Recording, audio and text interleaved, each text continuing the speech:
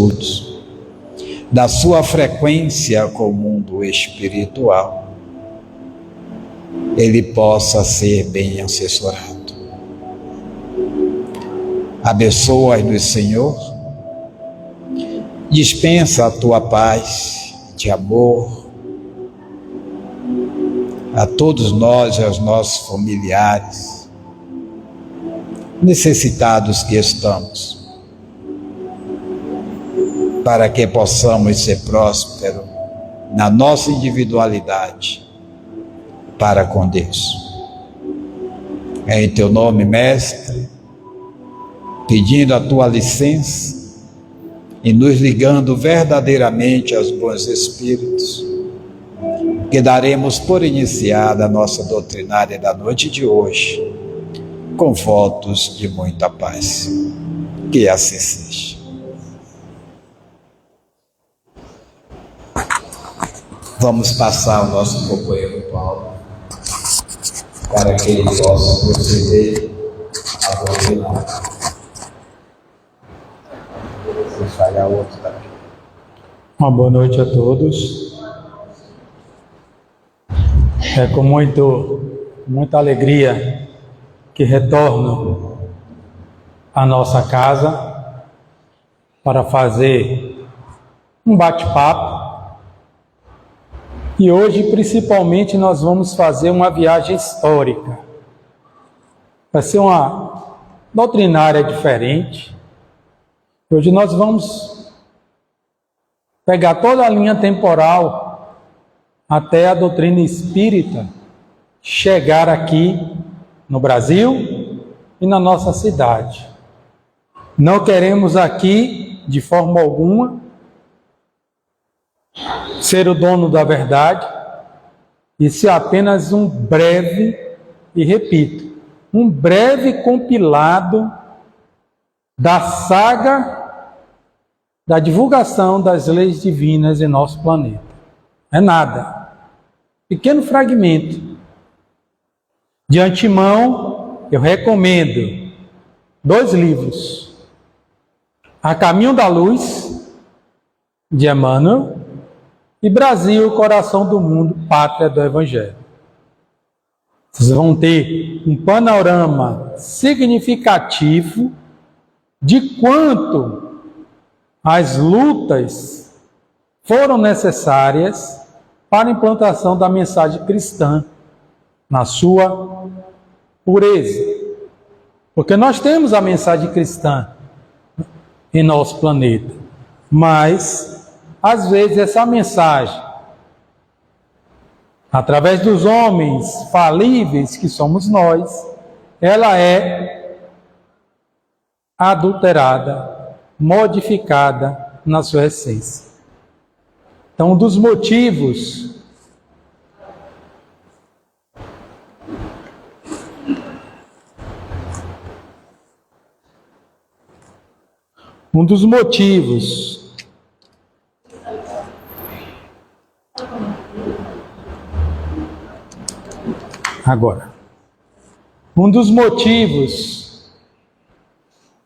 mais importantes, inclusive foi um alerta que recebemos há muito tempo atrás sobre essa ocorrência.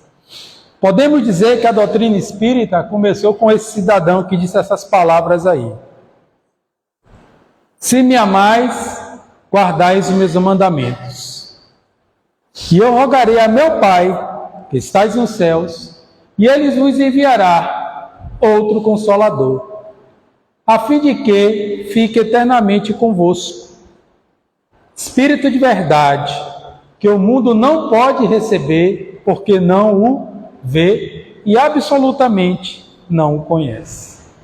Mas quanto a vós, conhecê-lo-eis, porque ficará eternamente convosco. Porém, o Consolador, que é o Santo Espírito, que meu Pai enviará em meu nome, vos ensinará todas as coisas e vos fará recordar tudo que eu vos tenha dito. João, capítulo 15, versículo de 15 a 17 e 26. Sabemos quem foi esse cidadão que disse essas palavras? Jesus Cristo. Então podemos dizer que a doutrina espírita nasceu muito tempo antes. Ela nasceu aqui. Porque Jesus, já sabendo que teríamos dificuldades de entender o seu evangelho, perto dele retornar à pátria maior, ele já nos prometera um outro consolador, que veio recordar e ensinar coisas novas. Ora, ele estava no meio da sua pregação evangélica. E ele já estava falando, olha, eu vou enviar para te recordar o que eu acabei de te ensinar. Porque ele já de antemão sabíamos que teríamos dificuldade de compreender a mensagem. Mas para que a gente possa falar de doutrina espírita, a gente precisa falar da sua base. Sem compreender a base da doutrina espírita, não vamos entender os seus postulados atuais. Não vamos entender por que a doutrina espírita tem 3 aspectos. E o primeiro dele é a consolidação do cristianismo. Isso é importantíssimo. A Boa Nova, quando era conhecida, e uma luta gigantesca contra o judaísmo dominante. Essa foi a luta interna dentro da Judéia, onde Jesus escolheu encarnar, pregar a sua boa nova, porque naquele povo a ideia do monoteísmo já era fixada. Ali já tinha um terreno fértil para a pregação da boa nova. Os demais povos daquela época eram todos politeístas. Então a luta entre o novo e o antigo foi significativa. Criação da comunidade do caminho. Ora, naquela época acreditava-se matando o mensageiro, exterminava-se a mensagem. Mas pelo contrário, a mensagem da Boa Nova, através da comunidade do caminho, ou seja, dos apóstolos, continuou a pregar, a desenvolver, a explanar, a explicar aqueles postulados cristãos que o Mestre os legara espalhar pelo mundo. Ascensão e morte de Estevão. Nesse interim, no desenvolvimento da comunidade do caminho, Estevão apareceu, se tornando assim um grande pregador do Evangelho, carregando, juntamente com Pedro e alguns outros, a mensagem cristã, enfrentando principalmente o judaísmo dominante. E Jesus já nos alertara que nenhuma mensagem nova se consolidaria sem lutas severas e difíceis. A morte de Estevão, ocasionada justamente por esse combate ferrenho da religião então dominante na Judéia, acreditando mais uma vez, matando-se o mensageiro, a mensagem ia por fim fenecer. Nesse interim também começaram as primeiras perseguições, saíram do sufocamento financeiro e do sufocamento por leis e começamos assim o período das torturas e das perseguições motivada por Saulo de Tarso. Saulo de Tarso foi o primeiro perseguidor dos cristãos. E esse processo levou um tempo significativo até a sua conversão à porta de Damasco, em que Saulo é convertido por Jesus, porque ele perseguia os cristãos, não por ele acreditar que o cristianismo era malévolo, por assim dizer, ele perseguia porque no seu íntimo ele acreditava que o povo judeu daquela época era o povo escolhido, através das mensagens recebidas por Moisés, a carregar essa bandeira de evangelização do mundo. À porta de Damasco, Jesus se mostra para ele, perguntando: Paulo, Paulo, Saulo, Saulo, por que me persegues? E ele vira que aquilo que os pregadores do caminho, como era então conhecido, falavam, era verdade. Jesus, de fato, era um emissário divino. E ele vira e passou 3 anos no deserto a estudar. E quando Paulo começa a sua saga de divulgação da Boa Nova, os embates com o judaísmo dominante se tornou mais aguerrido, mais ferrenho, porque Paulo era das fileiras do judaísmo e era considerada a estrela em ascensão que levaria o judaísmo a um novo nível. E ele refaz o seu pensamento e os embates com o judaísmo, devido a esse fator, se tornou muito intenso. Não só as lutas internas, mas as lutas internas também entre a Boa Nova e o paganismo. Eu acabei de relatar que só o povo judaico era monoteísta. Os demais povos eram politeístas. Então eles tinham vários deuses. E muitas das vezes esses deuses exibiam características humanas. Eram representações dos nossos sentimentos e da nossa forma de pensar. Então, nós temos aí uma deusa famosíssima, que todo mundo conhece, Afrodite, que era a deusa do amor. Então, tinha a deusa do amor, a deusa da guerra, a deusa Deus da comida. E era assim que os povos pagãos se comportavam. E quando Paulo foi expandir a mensagem para esses outros povos, porque em reunião na igreja do caminho, foi detectado que se a Boa Nova continuasse apenas na Judéia, ela seria sufocada devido ao judaísmo ser dominante. Quem frequentasse a igreja do caminho era passível de sanções, punições, açoitamentos, até podendo ser condenado à morte. Então, se você não tem público, como você vai divulgar a Boa Nova se você não tem público? Então, foi decidido que a mensagem cristã sairia da Judéia e ia para outros povos. E graças a essa ação, encabeçada por Paulo, hoje nós conhecemos o Evangelho do Cristo. Porque ele saía da Judéia, começou a percorrer todos aqueles países ao redor e foi ampliando, pregando a Boa Nova.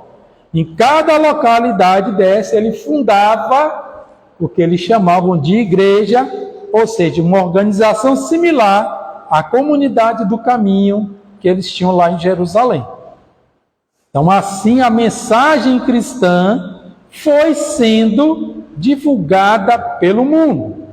A mensagem de redenção, de amor, que o Cristo veio nos deixar. Ele não ia sozinho.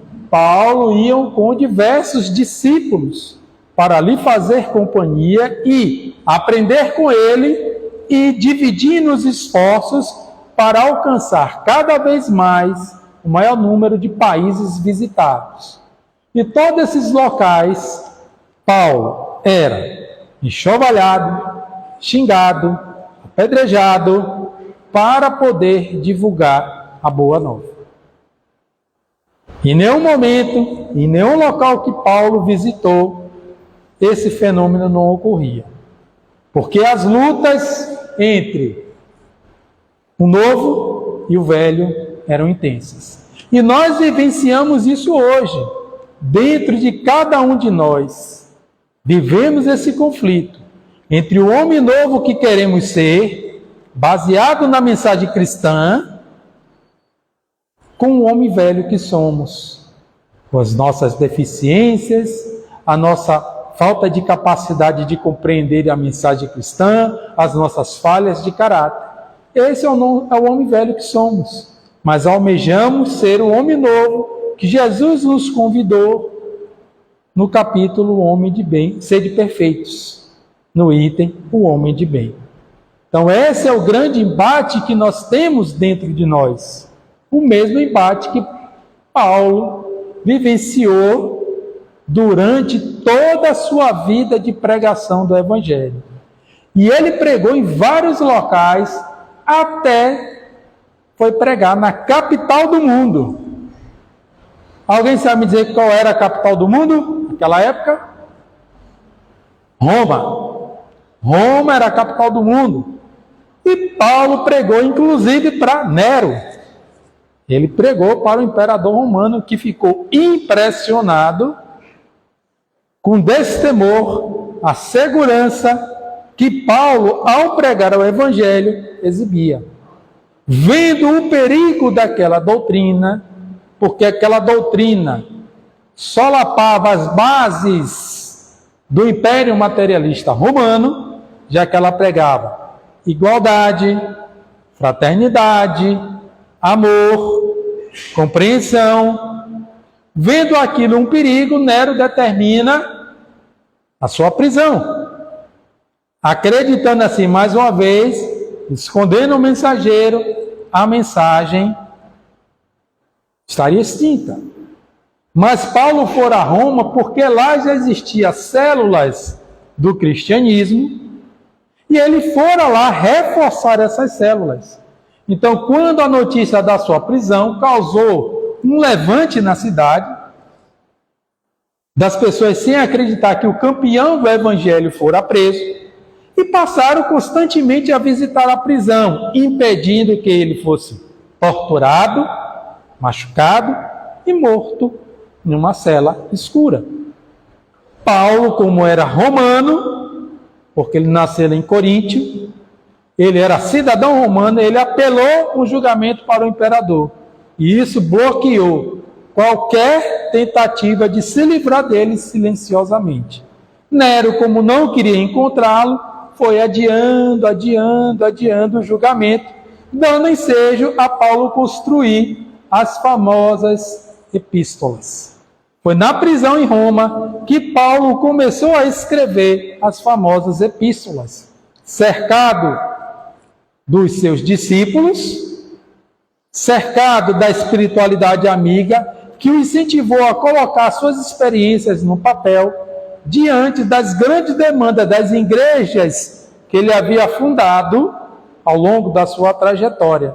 E as epístolas carregando o amor, carregando a empatia, carregando o direcionamento do Evangelho para os cristãos do mundo.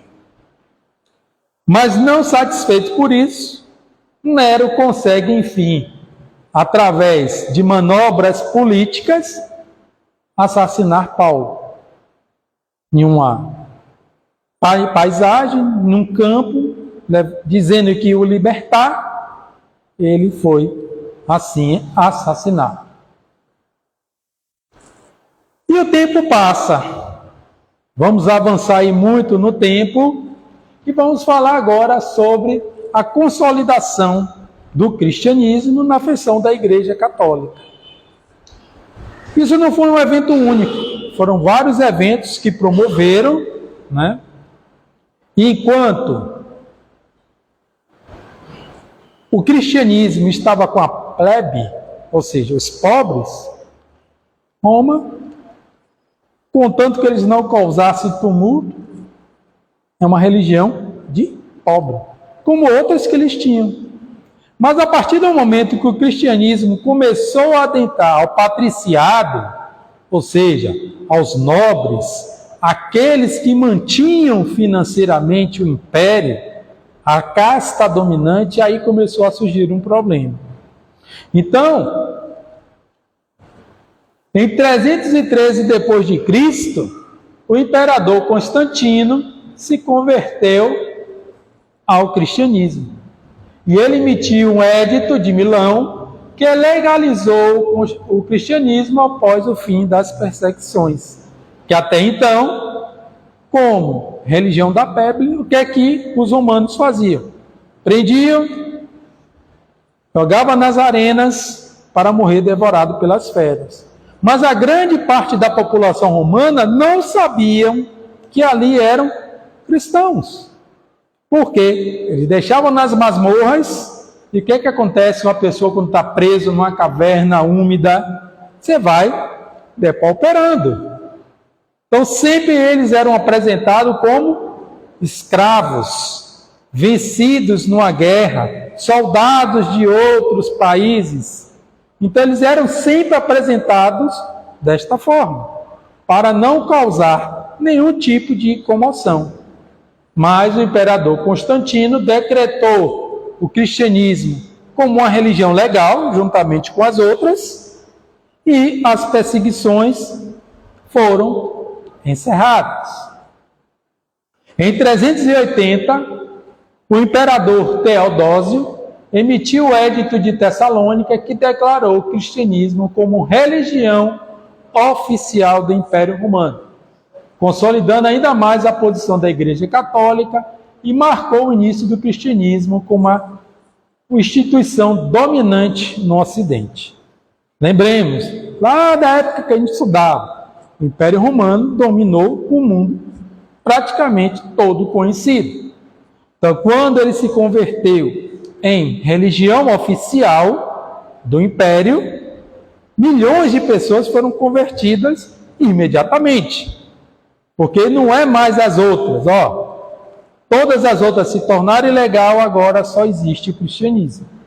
Se diz que isso aqui foi uma jogada política, né? Porque o cristianismo cresceu tanto entre a classe dominante que ele ficou com medo de ser derrubado.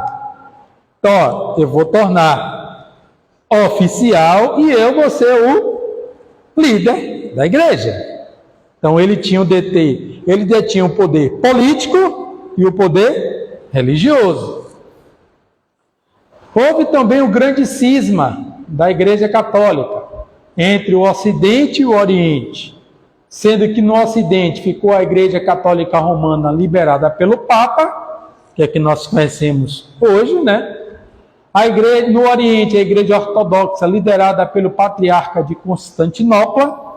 A Igreja Ortodoxa, eu estava lendo hoje, ela tem 5 patriarcas, né? Não há uma liderança única como o Papa, mas para efeito mais prático, o representante maior da Igreja Ortodoxa é o Patriarca de Constantinopla, que hoje é a cidade de Istambul, na Turquia.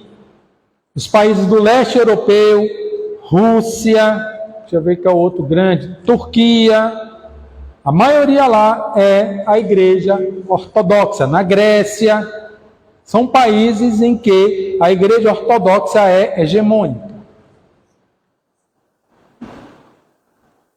Então, na Idade Média, chegamos ao período de maior domínio da Igreja Católica.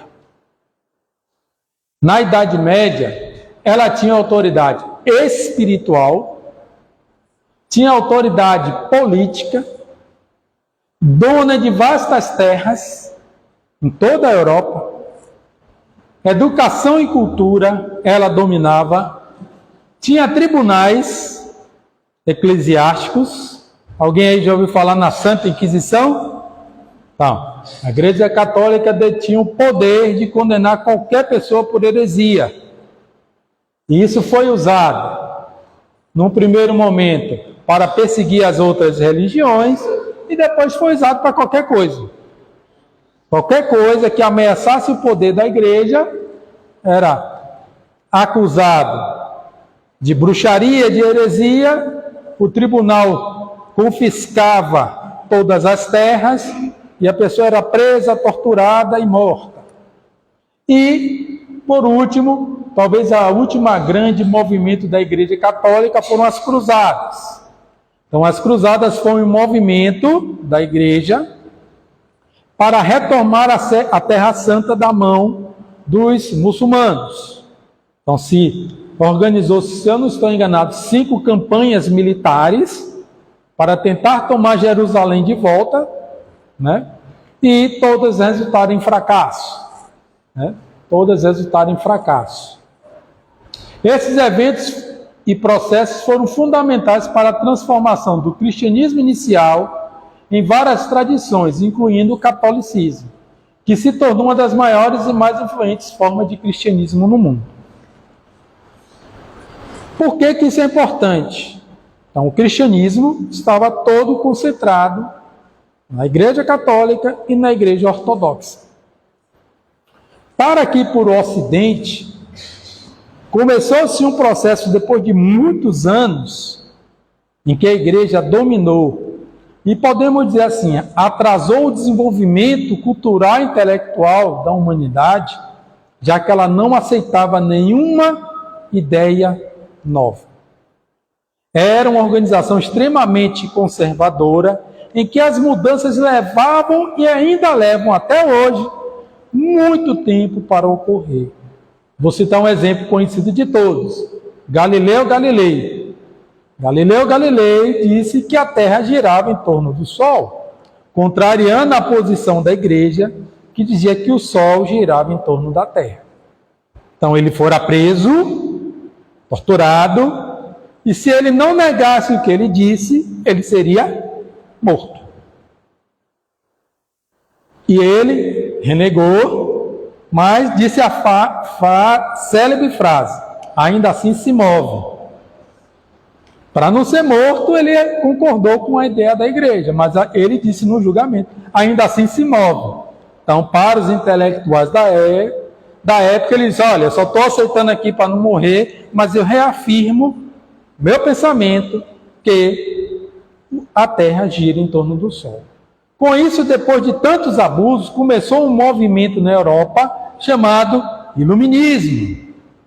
O movimento iluminista cobrava a liberdade do pensamento, a busca pela ciência, para sair dessas amarras da igreja.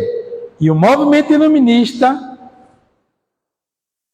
foi um dos grandes influenciadores da Revolução Francesa. Mas, Paulo, por que você agora está falando da Revolução Francesa? A Revolução Francesa foi de fundamental importância para o nascimento da doutrina espírita. Nesse momento, ocorrido em 1789 e 1799, né, foi um grande período turbulento na França. Né?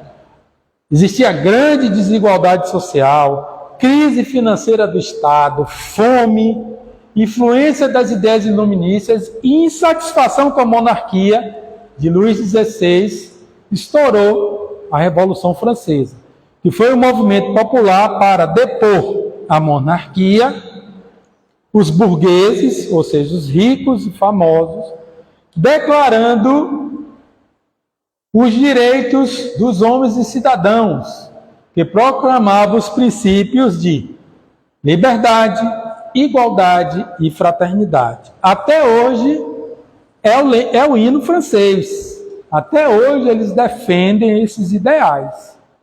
Então, foi a grande ruptura na Europa, foi a Revolução Francesa, fugindo desse cabresto promovido pela Igreja, juntamente com o Iluminismo, que deu nascimento, deu um grande volume à ciência, a busca pelo intelecto, a busca pelo saber. Isso é de fundamental importância, porque a doutrina espírita, nós sabemos, é baseada inteiramente na ciência, na filosofia e na religião. Então, a Revolução Francesa promoveu não só na França, mas em toda a Europa, pensamento renovador, porque ele estimulava as pessoas a não pensar mais da forma como elas pensavam, limitado pelo certo ou errado, se é pecado ou não.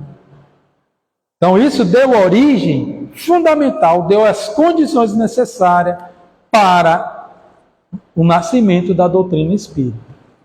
A Revolução Francesa terminou com um golpe em 18 de Brumário, de 1799, que levou Napoleão Bonaparte ao poder. Então, Napoleão Bonaparte foi ao poder e, assim como outras monarquias na Europa, conseguiu reverter quase completamente todos os ideais abraçados pela Revolução Francesa. Mas ela teve um feito que foi justamente diminuir o poder absoluto que a Igreja tinha em toda a Europa. As consequências da Revolução: mudança radical nos paradigmas sociais, políticos e religiosos da época, nova forma de pensar, questionamento às tradições estabelecidas, forte tendência à secularização e racionalismo. A Igreja Católica perdeu muito do poder e influência, o que permitiu novas ideias religiosas e filosóficas ganhassem espaço, foi o que eu acabei de falar. A Revolução Francesa, voltando aqui, a secularização, houve uma separação do Estado e da religião. Até então era um encarne. Praticamente quem governava a França era a Igreja. Esse conta nos livros de história que Luís XVI era um rei muito fraco. Então quem determinava era a Igreja que governava. Então quando houve a Revolução, é a Igreja, o Estado é o Estado. É chamado Estado secular. Por exemplo, o Brasil é uma república secular. Nós não temos uma religião oficial. Países muçulmanos não são. Os países muçulmanos, como a Arábia Saudita, Irã, Iraque, são países em que a religião é dominante. Existe uma religião oficial. Então, o Estado e a Igreja não têm separação. Exemplo, no Irã, a maior autoridade do país não é o presidente. Então, há Ayatollah, que tem um conselho, e o líder desse conselho é o líder supremo do país. Ele que manda em todo o país. Então é diferente. A Revolução Francesa também impulsionou o desenvolvimento científico, olha o que nos importa, e a valorização do conhecimento. Os movimentos filosóficos sociais emergiram após a Revolução, como o Iluminismo, também influenciaram o surgimento do Espiritismo. Esses movimentos promoviam a busca pelo conhecimento, a liberdade de pensamento, a crítica às superstições e aos dogmas religiosos. Então, tudo passou a ser contestado. Naquele momento, ninguém estava mais aceitando, como aceitava antes, aquelas verdades absolutas impostas pela Igreja. E com a separação do Estado, os homens de ciência puderam, finalmente, exercer, desenvolver, pesquisar as ciências. Os movimentos sociais começaram a aflorar, os movimentos filosóficos também, porque eles não tinham mais medo de um tribunal eclesiástico vir e lhe condenar as práticas. Então isso foi de fundamental importância para o nascimento da doutrina espírita. E agora chegamos aqui, onde nós, depois de fazer toda essa base, e mais uma vez, recomendo A Caminho da Luz e Brasil, Coração do Mundo, Pátria do Evangelho, que isso vai estar muito melhor explicado do que eu estou aqui fazendo esse pequeno resumo. Mas podemos dizer que o movimento inicial da doutrina espírita foi um fenômeno que ocorreu na França em 1850. Era o fenômeno das mesas girantes e falantes. Como naquela época não existia televisão, nem internet, nem WhatsApp, nem Instagram, a grande diversão da sociedade eram os bailes, que eram dados para a diversão, principalmente das elites, que tinham dinheiro para bancar os bailes. E começou a surgir nesses bailes mesas que se moviam sozinhas. Então aquilo virou um frenesi. Imagine, se hoje, todos nós, século XXI, que temos um domínio tecnológico gigantesco, temos um conhecimento enorme, uma cadeira dessa começasse a se mexer aqui sozinha, já é um fenômeno impressionante. Imagina em 1850. Então, as mesas girantes causaram um verdadeiro frisson em Paris.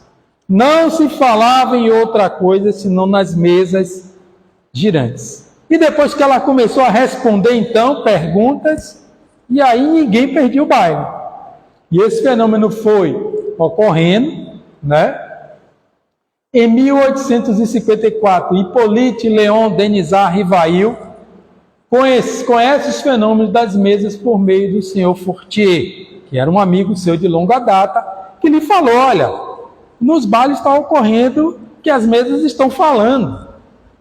Né? Kardec, ou Hippolyte, não deu muita bola, porque Fortier era muito empolgado, né? Dizia ele que ele era muito afoito. Mas depois, no mesmo ano, ele conheceu o senhor Patier e a senhora Panet-Maison, que lhes falaram dos fenômenos, lhes falaram que a mesa respondia, e Hippolyte deu a seguinte frase: que uma mesa possa se mover, o fenômeno do magnetismo explica, mas que uma mesa tenha cérebro para entender e responder uma pergunta, isso eu quero ver. Então ele começou a comparecer às reuniões para ver aquele fenômeno e percebeu ali que aquele fenômeno era muito mais do que simples entretenimento da grande sociedade parisiense. Se eu não me engano, o senhor Patier já tinha alguns cadernos com perguntas e respostas das reuniões que ele frequentava.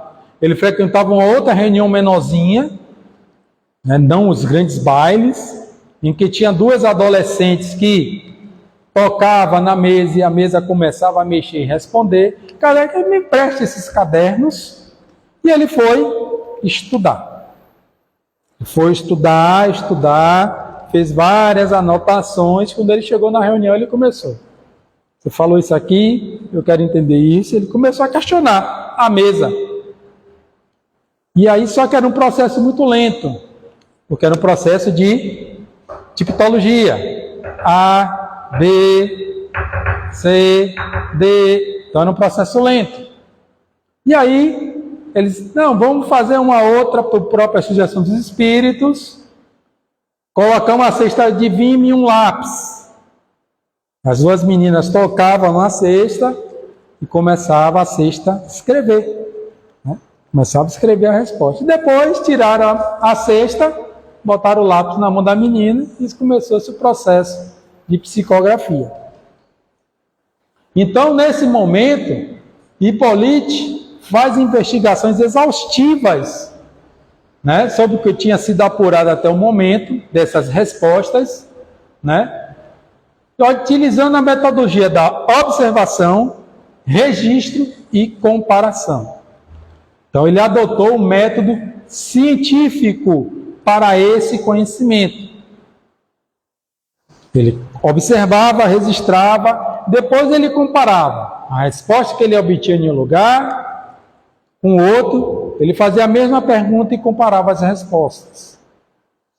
Então, com isso, ele estabeleceu na doutrina o controle universal dos espíritos para a doutrina nascente. Ou seja, ele só aceitava um postulado qualquer como verdadeiro se houvesse concordância dos espíritos. Se não houvesse concordância, ele guardava aquilo ali, passava para o próximo ponto. Então ele não aceitava aquele primeiro que falava. Ele questionava. Você respondeu aqui isso, agora você está me dizendo aquilo. Por quê? Então ele foi fazendo esse método de investigação significativo, já que ele também era um educador. Para quem não sabe, Hippolyte Léon Denisard Rivail era um educador. Ele tinha vários livros publicados pelo Ministério da Educação francês. Então ele era um nome conhecido na sociedade francesa. Então ele utilizava o método científico para poder investigar a doutrina nascente. Então a adoção e desenvolvimento dos princípios básicos, até que 18 de abril de 1857, é lançada a primeira edição do Livro dos Espíritos, com 501 perguntas e respostas. É o marco da inauguração da doutrina espírita no mundo. Nossa colega fez a cara assim, 501, está faltando pergunta aí, verdade. A primeira edição do Livro dos Espíritos tem 501 perguntas. Depois, acho que na segunda edição, ele lança com as 1018 perguntas, uma edição revisada, completa do Livro dos Espíritos. Mas a primeira edição tinha 501, que já foi um feito notável. Em 3 anos, de quando ele conheceu o fenômeno da mesa até 57, Hipólite não fez outra coisa senão trabalhar na sua profissão, investigar os fenômenos espíritas. Ele não descansou enquanto esse livro não fosse publicado. Estabeleceu as diretrizes básicas da doutrina com seus postulados. Algo que todo espírita, todo simpatizante espírita tem que conhecer, os princípios básicos da doutrina. Porque ela foi estabelecida como uma ciência. Então toda ciência tem um princípio básico, tem um postulado que lhe rege. E Hipólite, e a partir do momento da publicação do Livro dos Espíritos, para não confundir com suas obras de educação, ele adota o pseudônimo de Allan Kardec. Só trazendo alguns, porque não são todos.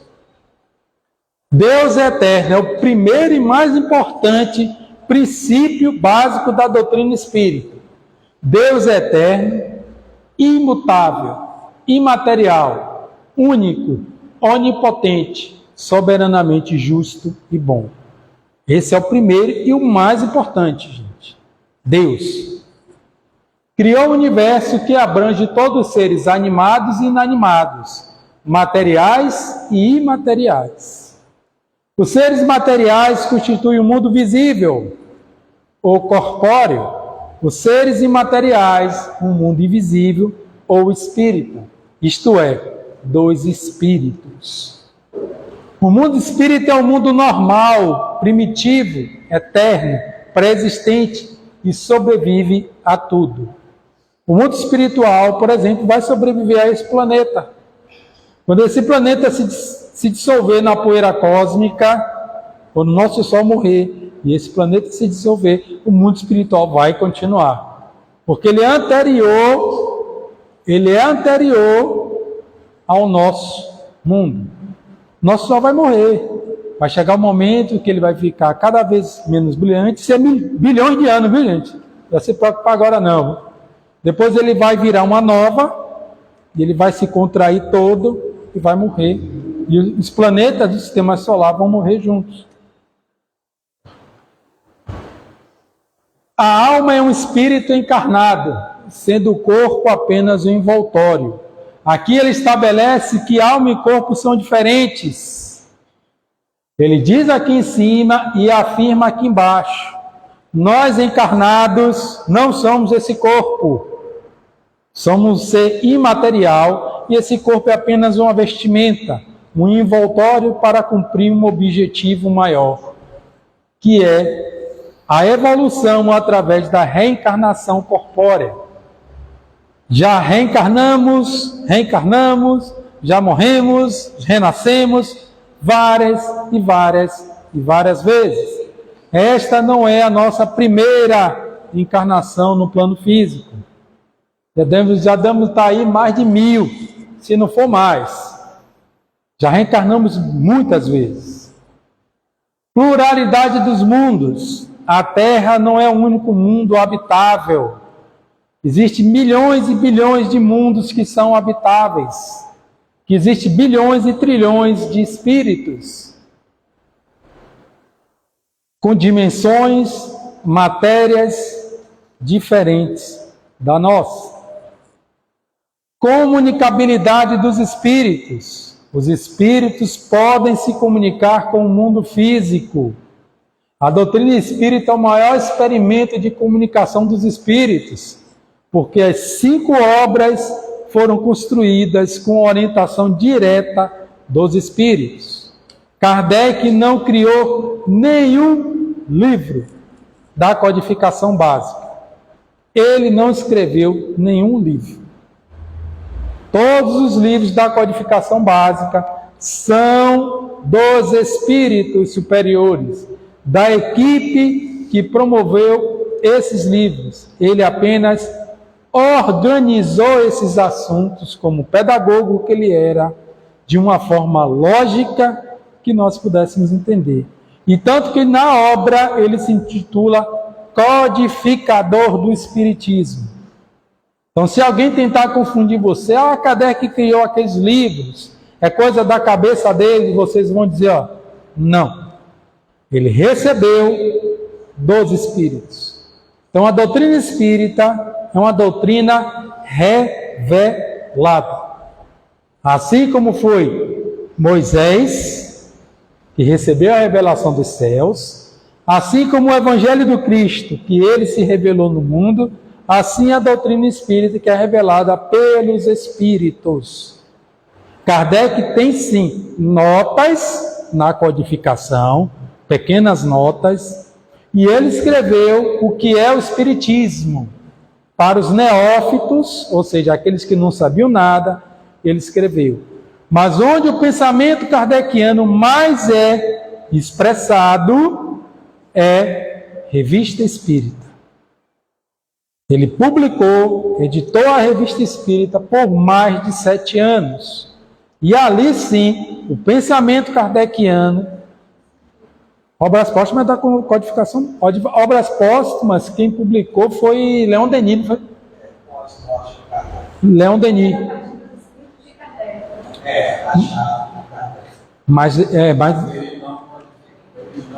Mas era os ensinamentos dos espíritos.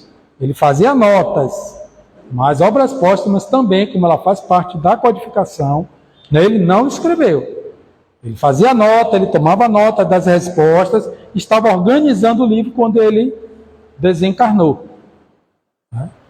Considera-se a obra espírita a maior produção científica já feita, porque em menos de 10 anos ele publicou 5 livros sobre a então ciência espírita. 5 livros. Dificilmente uma ciência consegue esse volume de produção. Impacto da publicação do Livro dos Espíritos. Obviamente, a fundação do Espiritismo, o impacto social e cultural com a criação das sociedades de estudos espíritas. Aqui ele fundou Sociedade Parisiense de Estudos Espíritas, mas tiveram outras.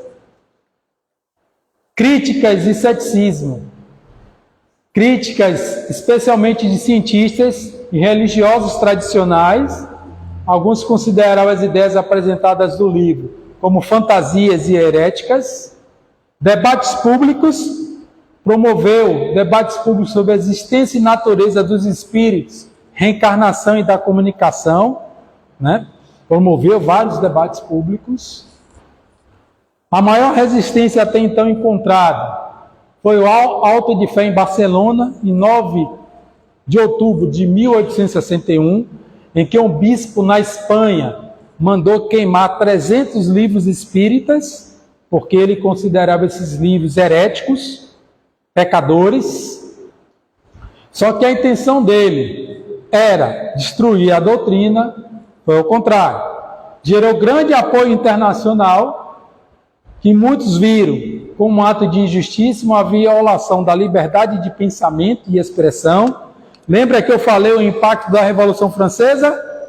Olha aqui. As pessoas não aceitaram a censura da igreja à obra espírita. Porque a Revolução Francesa já tinha feito o seu papel de libertar o pensamento humano. Como ela libertou o pensamento humano, quando houve esse ato desse bispo, muitas pessoas reagiram contra a esta censura, essa destruição da obra, promovendo assim, promovendo assim uma propaganda involuntária, porque a notícia da queima desses livros se espalhou pela Europa e levando as pessoas a se interessar cada vez mais. Por que a igreja queimou 300 livros?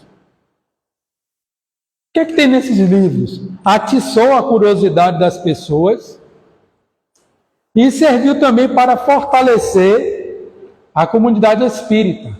A perseguição e a censura forçaram a determinação dos seus adeptos a defender e divulgar os princípios espíritas. Chegada ao Brasil, estamos chegando ao final da nossa viagem histórica. Em 1845, antes mesmo da publicação do Livro dos Espíritos, no município de Mata de São João, foram registradas as primeiras manifestações espíritas no Brasil. Lembrando, Kardec nos diz no Livro dos Espíritos, onde há homens, há espíritos. E onde há espíritos, há manifestações espíritas. Manifestações espíritas sempre ocorreu. O primeiro livro psicografado no mundo foi os 10 Mandamentos. Psicografado. Direto. Psicografia direta. Então, não é surpresa que em 1845 houve um registro de uma manifestação espírita. Foi registrado. Personalidades como Rui Barbosa e Luiz Olímpio Teles de Menezes participaram e viram esses fenômenos ocorrer. Em 1860, o educador francês Casimir L'Étonnant, eu acho que é assim que se pronuncia, traduziu o livro Os Tempos São Chegados para a língua portuguesa. Primeira obra espírita impressa no Brasil. Em 1865, em Salvador, foi fundado o Grupo Familiar do Espiritismo por Teles de Menezes. E no dia 17 de setembro se registraria a primeira sessão espírita registrada no Brasil. Então foi entre 45 e 1865, tivemos o boom do espiritismo no Brasil. Conta-se que o espiritismo aqui chegara quando Napoleão, lembra lá que ele derrubou a Revolução Francesa, quando ele empreendeu sua campanha de guerra para dominar a Europa. O que foi que aconteceu? A família portuguesa veio para o Brasil. Então, muitos desses ideais de europeus que conheciam começou a trazer para o Brasil esses conhecimentos. Eu estava lendo um artigozinho hoje que José Bonifácio publicou um livro sobre magnetismo. Ele já conhecia esse movimento na Europa e publicou um livro aqui sobre magnetismo na época. E um livro sobre espiritualismo. Então, ele já estava também envolvido por isso. E aí está o Teles de Menezes, ele fundou o primeiro centro do Brasil e foi aqui na Bahia. Então a história do espiritismo na Bahia e no Brasil se confundem, né? 1865, ele fundou o Teles de Menezes. Hoje tem um centro aqui em Salvador muito famoso, na Fazenda Grande, que leva o nome de Teles de Menezes. Nosso irmão Pedro Camilo frequentou durante muitos anos lá, nasceu nesse centro. Pedro, se não estiver nos ouvindo, né? Expansão do espiritismo no Brasil. Fundação da FEB em 1884, né? A FEB ficou responsável pela publicação das obras de Kardec e de outros autores. Até hoje isso ocorre, apesar de termos várias editoras hoje que fazem, mas a FEB ainda faz a publicação das obras kardecianas e de vários autores. A FEB promove e estimula o estudo espírita, então desde aquela época ela vem promovendo a divulgação do espiritismo. Também tivemos no capítulo da expansão apoio de diversas personalidades ao longo dos anos para a divulgação e práticas espíritas, que são os temas das nossas próprias palestras, então eu não vou me aprofundar. tem vários nomes ali que contribuíram para essa expansão, divulgação da doutrina espírita, mas um dado muito relevante de 2021, que somos hoje 4 milhões de espíritas declarados no país. E temos uma estimativa de 40 milhões de simpatizantes da doutrina espírita. Tem até um projeto, não sei se já foi aprovado, que o dia 18 de abril vai ser o dia do espírita. Tem um projeto, no dia da publicação vai ser o dia 18 de abril. Então já foi aprovado, o projeto é esse, né? E um dado curioso, eu estava estudando para a apresentação dessa palestra, para finalizar, né? Que esse objetivo da doutrina espírita vindo para o Brasil responde aos anseios dos nossos maiores planetários de trazer a árvore do Evangelho da Europa para o Brasil. Porque aqui nós teríamos uma reunião de vários povos do mundo para atuarem sobre a árvore do Evangelho. Então Ismael, que é o governador do Brasil, espiritual do Brasil, foi incumbido desta obra por Jesus, e ele se cercou de uma gama enorme de espíritos comprometidos com a mensagem do bem para trazer a árvore do Evangelho para o Brasil. E o Brasil hoje é o maior representante do espiritismo no mundo. Aqui foi onde mais a doutrina espírita floresceu no mundo. Aí eu perguntei outro dia a uma IA da Microsoft chamada Copilot, que é a concorrente do ChatGPT, e perguntei: como é que está o espiritismo nos Estados Unidos? E a resposta me surpreendeu. Olha, o espiritismo nos Estados Unidos está florescendo muito, está em franco crescimento. Já há vários centros espíritas nos Estados Unidos, comandado por quem? Brasileiros. Os brasileiros estão levando a mensagem espírita não só para os Estados Unidos, mas para a Europa também, abrindo centros espíritas na Europa. Então a mensagem que a doutrina espírita nos traz, ela começa seu processo de expansão mundial através dos brasileiros, que quando não são ou não se assumem espírita direto, são simpatizantes e conhecem algo da obra.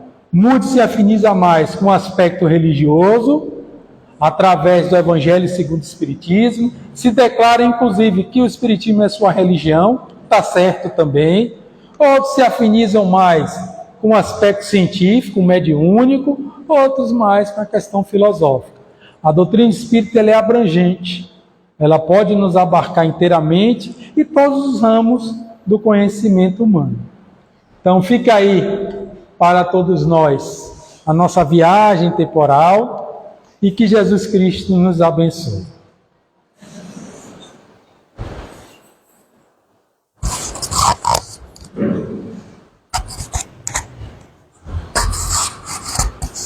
Nossos agradecimentos ao nosso companheiro Paulo, que sabemos que ele fez o possível para que em 40 a 45 minutos nos apresentasse esta pérola, né, dessa viagem do Espiritismo pelas nossas terras brasileiras, desde a sua criação.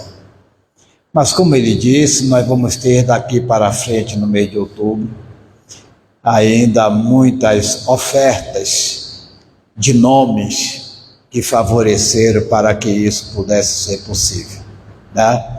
Nossos agradecimentos, Paulo, que nosso Senhor Jesus Cristo continue a te iluminar, para que você possa nos trazer material dessa ordem moral e espiritual que nos cabe para a nossa transformação.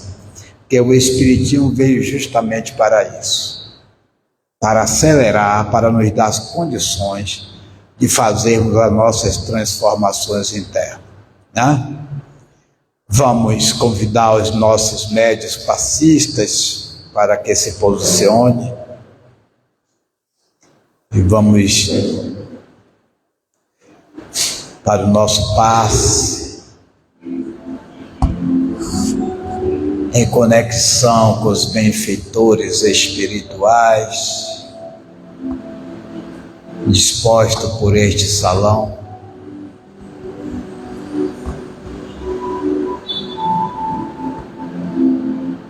tomando todas as providências para o nosso bem-estar.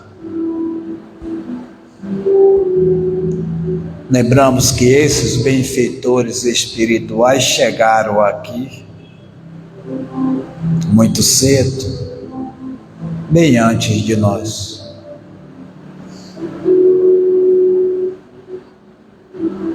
E neste momento, através dos médiuns passistas, eles aproveitam para que possam manipular as energias santificadas, renováveis, que nos oferece. Através do magnetismo dos médiuns, nós vamos recebendo a dose certa para que possa harmonizar o nosso veículo físico, a nossa estrutura perispiritual, nos fortalecendo, nos trazendo a garantia em conexão com Jesus das energias saudáveis, curativa, refazedora.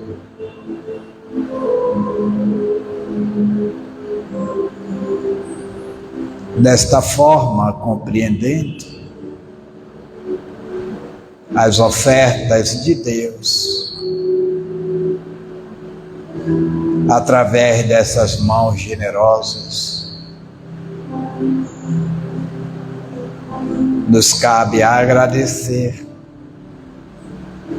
pelo recebimento,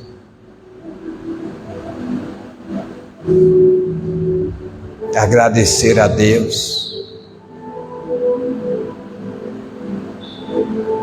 agradecer a Jesus e a esses benfeitores amigos interessados pela nossa harmonia e felicidade, pela nossa paz, pela nossa prosperidade. A quem nós rogamos forças para que continuemos a perseverar no caminho do bem, no caminho reto da consciência, a nossa libertação.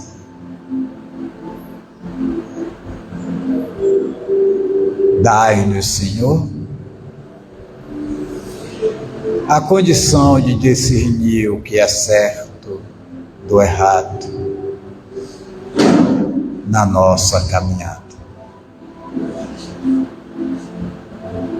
Assim, em teu nome,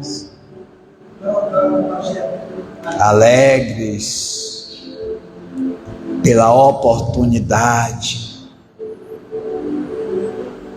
nós vamos te agradecendo, te pedindo licença, Mestre Jesus, e aos vossos mensageiros aqui presentes, para que possamos colocar um ponto final na nossa atividade e ao mesmo tempo pudermos transformar esse momento na nossa paz, transbordando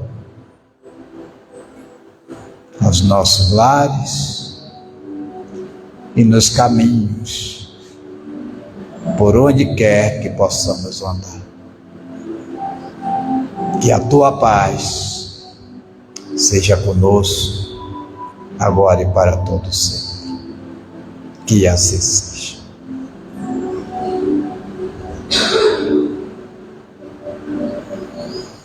Estão encerradas nossas atividades. Tenham todos uma boa noite e vão em paz.